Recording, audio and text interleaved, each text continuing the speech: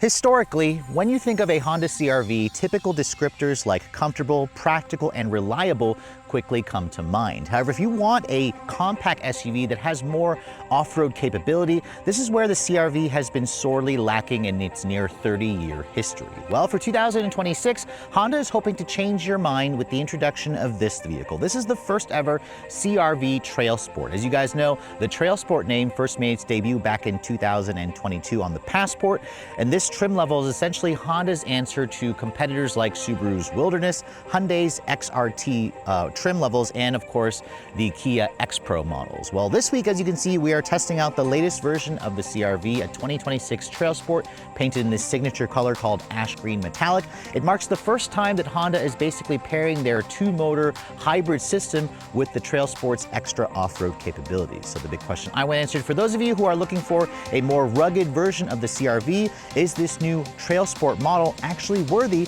of the TrailSport name? Stay tuned to find out.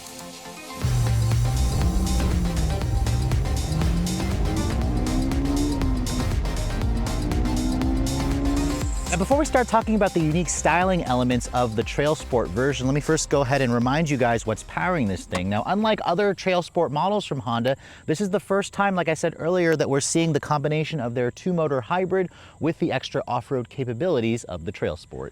Now, underneath the hood, if you guys remember when we first reviewed the 6th generation CR-V nearly 3 years ago, this is the time where Honda basically said they're going all in on hybrids, because if you guys go for the sport trims and up of this model, you'll get the 2-liter direct injection double overhead cam 4-cylinder that's paired up with 2 electric motors. Those electric motors draw their power from a 1.1 kilowatt hour lithium ion battery pack. Now, the gas engine does have the ability to power the wheels of this vehicle. However, most of the times the CR-V's hybrid powertrain will function as an electric vehicle. So you get around 145 horsepower and 138 pound-feet of torque from the gas side. The electric motor, however, produces 181 horsepower on its own and around 247 pound-feet of torque. The combined figure, Honda says, is around 204 horsepower, which is not class leading. I was actually hoping Honda would eventually turn up the wick on the electric motors to give us more horsepower, but you also get that 247 pound-feet of torque. It all goes out through a unique transmission. Honda says it's a direct drive transmission, but technically it functions like an eCVT, but it's not the same CVT you're gonna find in something like the base 1.5-liter gas-only engine in the lower trims of the CR-V. This model comes standard, of course, with their real-time all-wheel drive system. You can get a front-wheel drive hybrid CR-V if you guys go for the sport trim. It does have a physical connection between the engine, or between the front axle and the rear axle. It's not like a separate e-axle like you'd find on the Toyota hybrid system. Honda says they've tweaked the traction control system this year to be more reactive, to give you better side-to-side power, to get you stuck from slippery conditions. Fuel economy on this TrailSport model does go down to 38 in the city, 33 on the highway, about 35 combined. It's a drop of around 2 mpg in the combined figure. And this vehicle's gas tank is right around 15 gallons, so you're looking at around 480 miles of range on a full tank. Now, Honda doesn't quote a 0 to 60 time. The last TrailSport we tested around 3 months ago did it in 7.9 seconds. We'll try it out again when we get this vehicle out on our local roads. Top speed is around 111 miles an hour. The hybrid CR-Vs can tow up to 1,000 pounds, while curb weight of this model is among the heaviest for the CR-V trims at around 3,900 pounds. But let's go ahead and close up the hood here and talk about the exterior styling of the CR-V, which technically Honda gave the CR-V family a refresh for 2026, although lately Honda's refreshes seem a little, I guess, lazy. Or lazy could be a harsh word. There aren't that many changes to talk about, but the TrailSport model does have some key styling differences to make it stand out a little bit. You can see this color is called ash green metallic. We first saw this color on the Passport for the all-new generation, and it certainly looks good on the CR-V's body lines. You can see the headlights are full LEDs. You have an LED reflector style for the low beams and the high beams, an LED daytime running light, LED turn signal. No fog lights on this vehicle, but you can see the grille is glossy black with the TrailSport badge. That big Honda logo there houses the radar sensor for the adaptive cruise control. There is no front forward camera system or 360 camera, not available on the CR-V. The TrailSport model really could have used that because it would have been nice for off-road conditions. You can see the front bumper has some black trim along the lower fascia there, along with this kind of silver skid plate looking garnish trim there, although it tries to look like a skid plate. When you actually look underneath the vehicle, there are no physical skid plates at all to protect the underbody. Although the styling of this vehicle looks nice, it would have been nice to see some actual front recovery tow hooks, anything to kind of give this vehicle a little bit more credibility off-road, along with some orange accents. You find that on the Pilot and Passport TrailSport, but again, not on the CRV, which is kind of a missed opportunity for me. Moving around the side profile of the vehicle, the CRV is a compact SUV and it's on the larger side. And this is also where you're going to get a little bit more interior space with a wheelbase of around 106 inches long with a 184.8 inch long wheelbase or overall length. This is around 4 inches longer than the current generation RAV4. So again, the proportions of the CRV I think are nice, but it really still looks kind of wimpy from this angle. And you're going to notice that especially because the ground clearance of this vehicle is the same, around 8.1 inches of ground clearance. There's no suspension lift, there's no different dampers or any kind of shocks that give this vehicle more off-road capability. What you do get, however, are these unique 18-inch alloy wheels. I actually really like the way the wheels look with the shark gray design with this double 5-spoke look. You also have a Continental Cross Contact all-terrain tire on a 235/60 R18. So these wheel and tires, they actually look good, but it would have looked better if Honda would have just risen up the suspension or given it more aggressive body cladding. The cladding is exactly the same as other trims along the side sill as well. Although again, it does look good with the ash green color. This TrailSport model also includes features like black painted side mirrors and black painted door handles. That's the only way you can tell from the side if you aren't looking at the wheels. The CRV TrailSport is the only one that gives you the black door handles. I also like the black trim along the windowsill, the black roof rails, which are the low profile style. And then the TrailSport also comes standard with a sunroof. No pano roof is available, but this is another missed opportunity. Some competitors offer a pano roof and some competitors offer more beefy roof rails that allow you to put more items on the roof. For example, if you want to put a roof tent up there, this is where the CRV's, roof rails are going to be a little bit of a disappointment. Now, moving over to the rear, you can see, again, this vehicle's styling is instantly recognizable as a CRV, but when this generation came out, there's a lot of Volvo styling elements that I'm seeing back here. The taillights are an LED incandescent combination. You can see the turn signal is incandescent. The reverse light is LED. But the brake lights are LEDs. You have a very subtle rear spoiler back here with a gloss black accent to it. The third brake light sits there. The rear wiper sits in the middle of the glass. And then there's a silly little all-wheel drive sticker right there. Now, of course, the TrailSport model includes some black badging. I also like the hybrid badge there.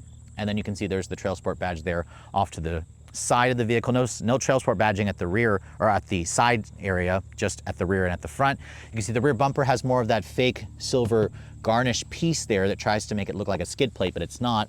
And then you can see the actual dual exhausts that you're seeing back here. On the driver's side, it's fake. On the passenger side, it is a functional exhaust. You can see it kind of goes into an actual tip there. No spare tire on this vehicle, but you can, again, tow up to 1,000 pounds. You can see there is a recovery tow hitch back there to help pull you if you get stuck, which you may have to utilize a few times. And then unlike the Sport trim, the TrailSport at least comes with a power liftgate, which is a nice touch. And then in terms of the cargo capacity, it's pretty much unaffected. Although if you are comparing it to the gas-only version, you will lose the underfloor storage space because underneath here is where the battery pack lives. Honda says you have around 36 cubic feet of storage space with the seats up. If you want to fold down the seats, it expands it to around 76 cubic feet. So that's actually among the best in the industry. I just recently tested the Forester Wilderness, which offered a maximum of 69 cubic feet of space. So this has a solid 7 cubic feet more. There is a little bit of storage off to the side, and I believe over here is where you're going to find a fix-a-flat kit and compressor because this car doesn't have a spare tire, which is a big missed opportunity. Most people, when you plan to go off-roading, you're going to want that spare tire in case you get a flat tire. So that's kind of where this vehicle is a bit of a disappointment for an off-road capable model, but at least the cargo area is very usable and it's among the biggest you're going to find in the class. So on the outside, Honda didn't make very many changes to the CR-V for 2026, but let's go ahead and take a look at the interior because there are some unique aspects of the TrailSport version. Now, before we get inside, you can see here is the key fob for this model. You can see it's Honda's latest intelligent access key, which is standard on this TrailSport trim. It includes the usual buttons here for lock, unlock, remote start, power liftgate, and then a panic function. Honda does not offer a phone as a key functionality like some competitors offer. Now, as you can see, approaching the door handle, which are gloss black painted, if I touch this area here, that will lock the doors. No power folding mirrors, however. I think you get that on the Sport Touring trim. Touch the back of the door handle, that will unlock the door for you. Now, looking at this interior, if you guys want the CR-V TrailSport, I hope you like a black interior because this is your only color combination on the inside. You basically get a combination of their sport cloth material here with some unique materials like this kind of mesh-like insert for the center of the seats. You also have orange cross stitching. You also have the TrailSport logo embroidered onto the actual head restraints. And aside from the orange stitching, it does look nice, especially with the ash green color, but I would like to see other color combinations. I also would have liked to see Honda put, I guess, a leatherette material. It would have been a little bit more durable. You do have a 10-way power driver's seat here, but just a 4-way manual. No memory seats. That's on the Sport Touring or Sport L trim. But in terms of the door panel materials, you can see there's a slightly padded soft touch injection molded plastic with a nice graining material. This is a glossy black plastic trim with like a textured hexagonal raised look on the trim. The door handles you can see are silver painted plastic, and there's also some nice leatherette here, which would have been better if they'd put that on the seats as well. Hard touch plastic down here, and then you also have just Honda's standard premium audio system. It's not the 12-speaker Bose system you'll find in the Sport Touring trim. Now getting inside, you can see the step-in is typical of an SUV. It has that easy step-in height with just over 8 inches of ground clearance. As I close the door has a nice solid sounding thunk. It greets you with the Honda chime, the latest Honda chime, and Honda also added some better tech this year where you get an all digital display. It's technically a 10.2-inch display in the instrument panel if you guys go for the TrailSport models and up, or the EXL model also includes that. You can see when I start it up, there is no typical engine starter noise. It just says EV and ready, because this is actually a full hybrid. And then all CRVs this year got their bigger 9-inch display, which technically we already saw this display in the pre-refresh model, but it was part of the upper trims. If you guys want Google built in or navigation, however, you have to go for the Sport Touring trim. You can see without the Google built-in or built-in GPS, it looks very basic. In fact, it looks smaller than 9 inches as well. Now, I don't have my phone connected via CarPlay right now because it would mess up the audio if I did. But basically, once you go to the audio sources, this is basically all you can really adjust. You can go into like a general settings here and change a few things. There's also the connect button there, but there's no embedded GPS in this car, which would have been nice, especially if you're out in the wilderness on trails. You're not going to have signal to actually get GPS functionality, so keep that in mind. You can see the upper dashboard here has the same soft touch injection molded plastic, more of that textured hexagonal look there for the gloss black trim from the doors carried over here. I like the way the dash vents look, where it has that honeycomb design here for the mesh, and it also has pretty satisfying click when you're adjusting the airflow vents. I really like this little joystick that allows you to adjust that. I also like the steering wheel in the current CRV with the orange contrast stitching. You do get a heated wheel on this trim, which is something you don't even get on the Subaru Forester Wilderness, the new version. Paddles control the regen braking on this car. You have 4 different levels of regen braking, and then you can see the wheel itself has a manual tilt telescoping adjustment. There's a really good, comfortable driving position for me. You can get comfortable, and there's a lot of adjustability, which is nice. The wipers are not rain sensing. I think you get that on the Sport Touring grade. And then the instrument cluster, you can see, looks pretty decent. You can adjust this to your liking a little bit, but you can't put like a map display in there or anything special. And keep in mind the fuel and temperature, or not temperature, the battery status indicator there, how much charge is in the battery, is technically an analog display. I also like the dual zone climate. You have 3 level heated seats, but again, no cooled seats on this vehicle. And you can see when you adjust that, it has a nice satisfying click to it. You have the wireless phone charging pad, which is nice, 2 USB-Cs, more additional storage here. When I put the vehicle into reverse, you can see there's your backup camera, which includes a trajectory, distance markers, and it also has rear cross traffic braking. But again, no 360 cameras available on this vehicle, which would have been nice, and no parking sensors as well, which again, the camera quality and resolution could be better. A front camera would have been nice if you're actually going off-road. I like the storage that you get here for the cup holders, storage over here. Also, I like how there's no piano black plastic. You have your drive mode selector here. There's 4 different modes from an eco, snow, normal, and sport mode. Most of the times you're going to be driving the vehicle in normal mode. Electronic parking brake, of course, and I like the traditional shifter for the eCVT. Nice padded center console, and when you open this up, this is huge. This is actually among the bigger center console storage areas in the CRV, so that's really great on road trips where you can hide some things in there. I really appreciate that. I also like how soft this is. The seats, even though I don't love the cloth, they are comfortable and supportive, but I much prefer the leather that you get in the Sport Touring or Sport L or EXL trims. Honda technically fully redesigned the seats when this generation came out, and they're very, very good. Glove compartment, you can see, isn't very big. That's where you're going to get better storage in the center console area. And the audio system sounds okay. The Sport Touring, again, has the better Bose stereo system. You have just a standard mirror here. It's not auto-dimming, no digital camera mirror. You do have LED map lighting here. And Honda also includes amber illuminated ambient lighting in here for the sport or for the TrailSport model. That's kind of unique to this trim. You get a standard sunroof, which has a retractable manual shade that also tilts and opens. You have sunglass holders here, which is nice. But other than that, the interior does feel a little drab, and the tech, while it got upgrades this year, still feels behind the times. Material quality is good, build quality is good as well. There's not a single squeak and rattle, but this is, again, a lot of missed opportunities for Honda. And unless you don't check out its competition, it'll be fine. But for the same money, a lot of competitors do offer more features and more color combinations. So that's kind of where I want Honda to make some adjustments there. But let's go ahead and remind you guys what the back seat is like, because the CR-V excels tremendously as a family car because of its big back seat. I also love how wide the door opening is here. It allows you to get a lot of space here for a child seat.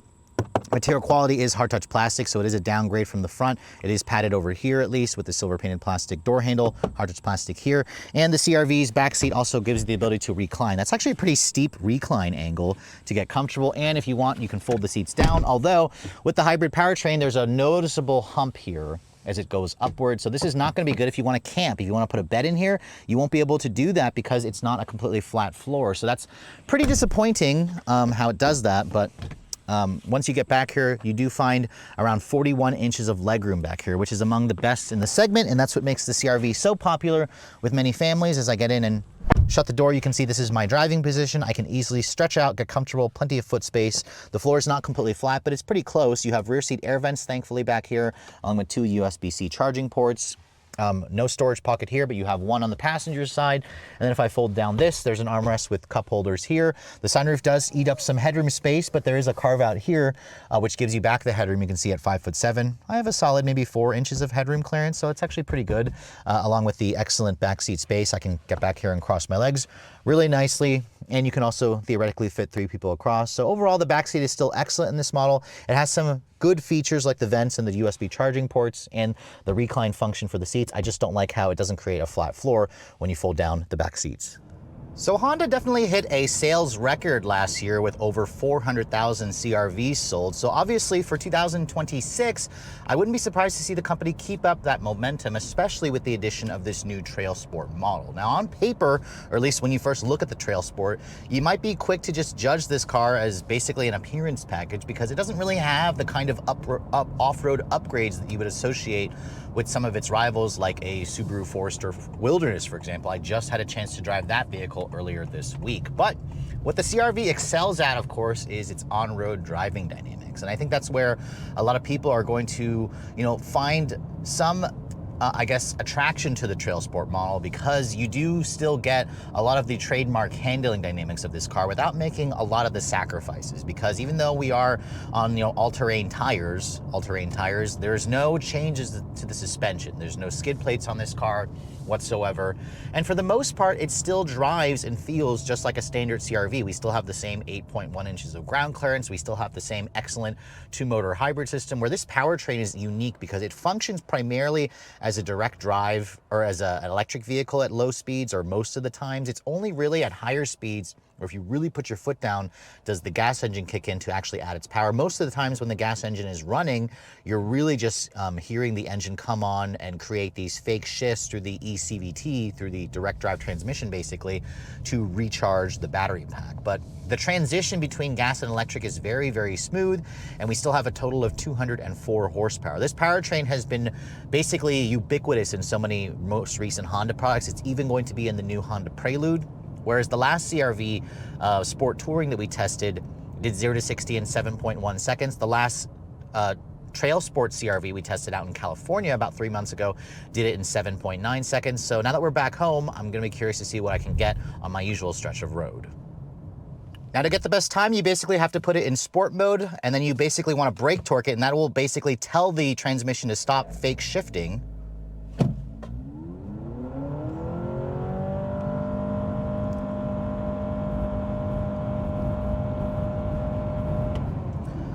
All right, on that first run, which I will admit is slightly more uphill, we got 7.65 seconds there. So that's actually already a better time versus what I got out in California. I was expecting this car to be slightly slower than the Sport Touring model because of the heavier all-terrain tires, but we'll see if we can do another 0 to 60 run up ahead where we can find a more level surface. But regardless, when you brake torque it, which most people, I'll admit, won't really do, you will get the quickest 0 to 60 times because it tells the transmission to stop doing the fake shifting. Because if you don't brake torque it, when I put my foot down, for example,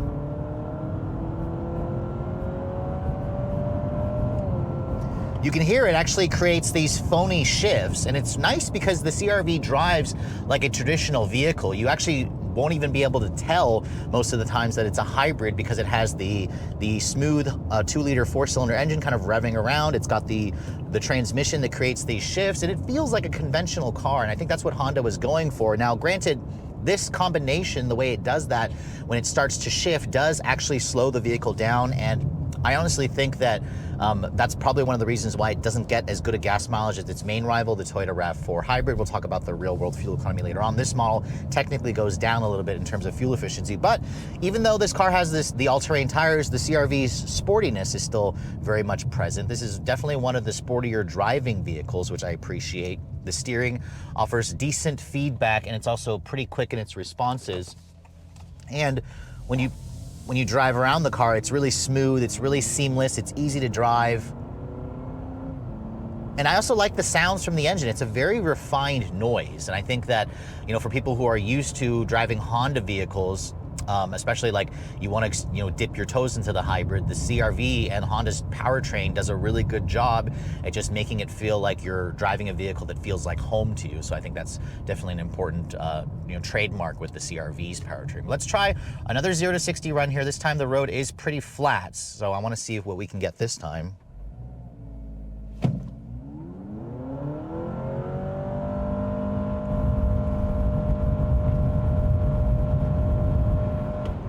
7.22 seconds there, so we'll take that as our best time, and it's just only around 0.1 seconds slower than the Sport Touring model. So really, you're not making any sacrifices to the CR-V when you go for this hybrid powertrain in the TrailSport model. The all-wheel drive system in this vehicle is a traditional all-wheel drive system to where it has a physical connection going from the engine to the drive shaft.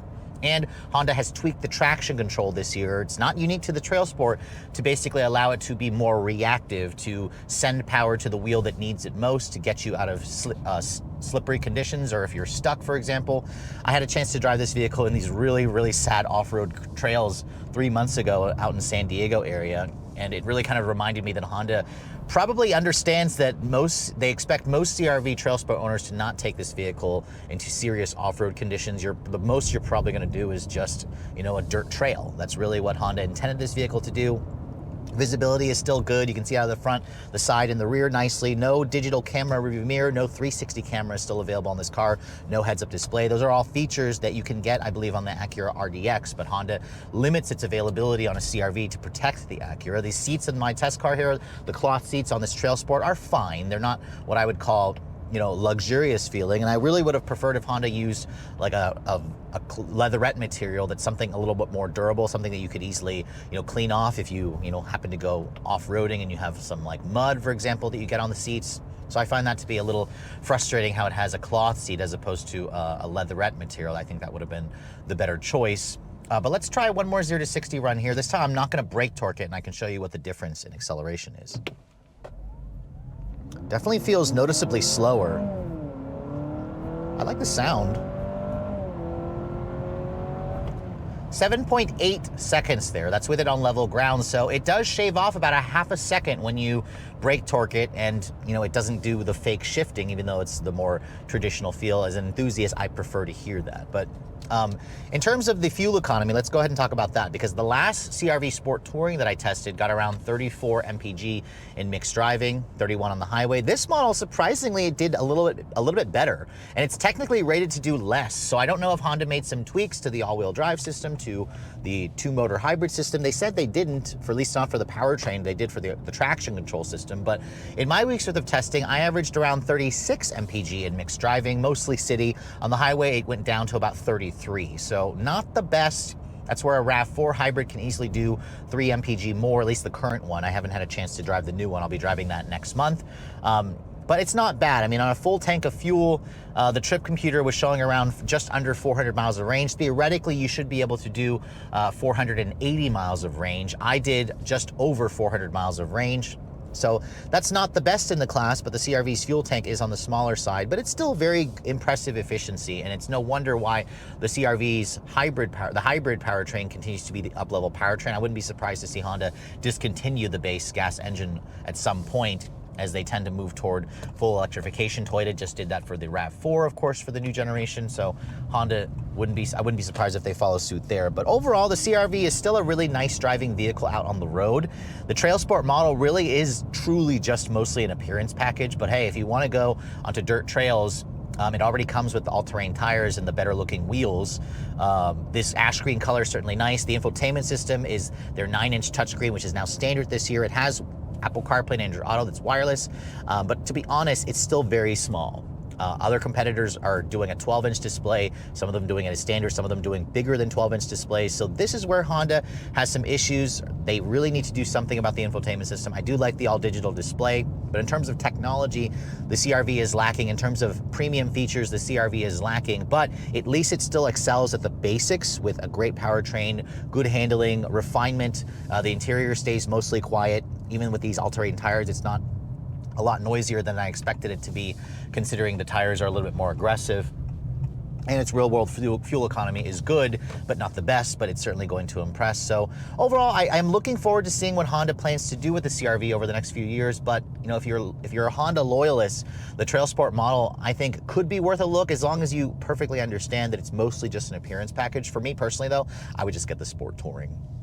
Now, with over 400,000 units sold last year, Honda had their best sales year ever for the CR-V last year. In fact, that was the best sales year in the entire CR-V history, which, remember, this model dates back to 1997. So that's very impressive, and it really shows how good the current generation CR-V is. So after spending the week driving the all-new TrailSport model of this version, I asked earlier in this video, is this TrailSport actually worthy of the TrailSport badge? Well, remember, the TrailSport name is still fairly new, so it doesn't really have the kind of credibility that you would associate, for example, with Toyota's TRD Off-Road or Jeep's Trailhawk models, or even Subaru's Wilderness trims. And that's kind of where, if you're comparing it to those off-road versions, the CR-V TrailSport is going to come up short, because aside from some black accents, some TrailSport badging, and some all-terrain tires and unique wheels, this model basically feels just like a regular CR-V out on the road, which is not a bad thing. This is still one of the better driving vehicles out there. It's a little bit sporty. It's got a solid powertrain that delivers good 0 to 60 performance of around 7.2 seconds.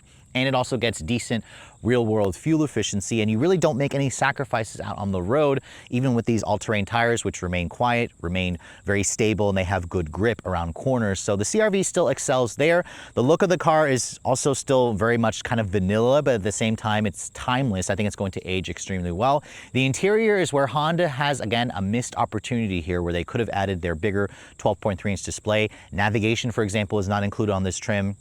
Along with Google. Google built-in should be standard equipment across all the trims. I shouldn't have to buy the fully loaded Sport Touring trim to get it. And then, of course, when you look at the Sport Touring, it's missing features like a 360 camera, like a head-up display, like a pano sunroof, like cooled seats. Those are all features that you can get on the CR-V's rivals. So again, that's kind of where I have my pause with the CR-V, because for the price point, they really should be including that. Now, the backseat of this vehicle is still on the bigger end of the class. The cargo area is also spacious, and Honda, for the most part, has kept CR-V pricing in check, because you can get into a base LX trim for around $30,900. The hybrid, however, is going to cost you around $4 grand more for the base Sport trim with front-wheel drive, at around $1,500 if you guys want all-wheel drive on the Sport. The TrailSport model, however, is going to start at around $38,000, just under $39,000. That includes all-wheel drive, and there are really no options to add with Honda models. So as tested, this model here is a little under $41,000 when you factor in the destination charge. Now, you could step up to the Sport Touring trim, which will top out at around $43,700, which is still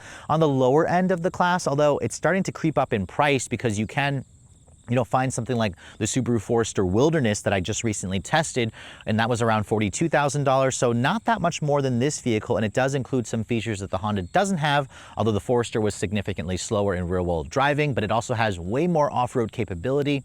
and more usability, because I think for people who are actually looking to go further off-road, the CR-V lacks features like a spare tire, like an actual beefier roof rail system.